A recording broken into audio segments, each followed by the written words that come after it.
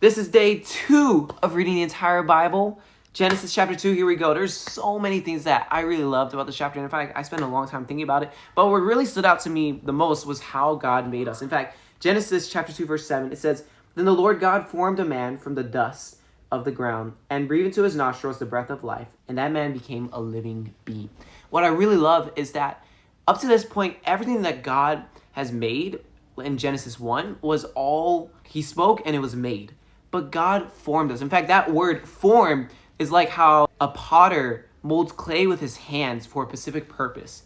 Just like how a potter molds clay, we were made and formed by the hands of God with dust, the most meaningless thing you can think of. We were formed by the Creator, and he turned dust into something beautiful.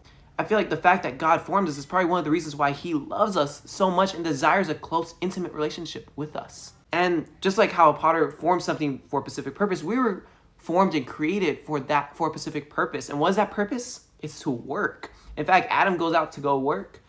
And it's not like grueling work. It's how we display who God is. In fact, just like how God created the earth and was very intentional about it, we were created to take care and to be creative.